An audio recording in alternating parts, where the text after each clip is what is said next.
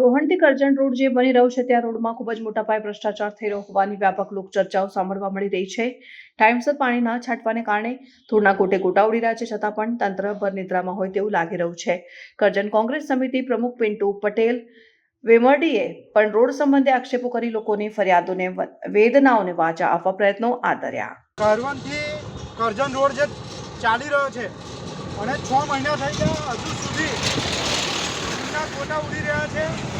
આ દરના ગોટાને કારણે રાહદારીઓને કેટલી તકલીફ સોચવાનો વારો આવે છે ત્યાં તંત્રને ભાન છે નહીં। માર્ગ અને મકાન વિભાગના અધિકારીઓ ક્યારે આ રોડ બને છે ત્યારે જોવામાં આવતા નથી। તેમાં અવારનવાર રજૂઆત કરવા છતાં પણ આ લોકોએ હજુ સુધી કોઈ કાર્યવાહી કરી નથી।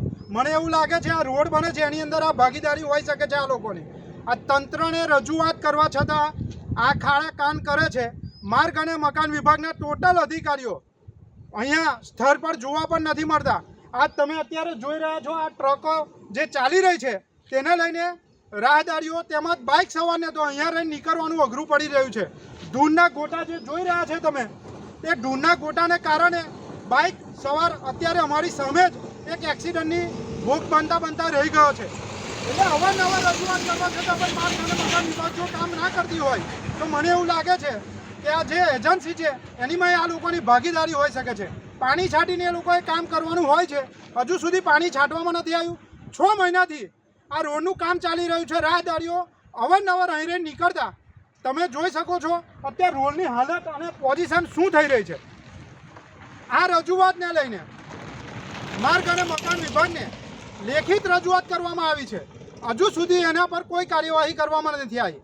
આરટીઆઈ દ્વારા માહિતી માગવામાં આવે છે તો પણ માર્ગ અને મકાન વિભાગ હજુ સુધી માહિતગાર આપતા નથી। કેટલા પાયે કરપ્શન થઈ રહ્યું છે એ આપ જોઈ શકો છો રોડની અંદર। એટલે આ લોકો ભાગીદારી પેઢી કરવીને દેશને બરબાદ કરવાનું કામ કરી રહ્યા છે।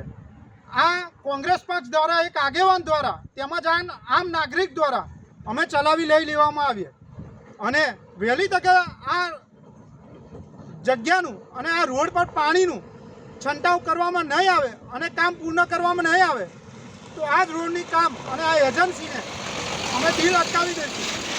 જય હિન્દ, જય ભારત।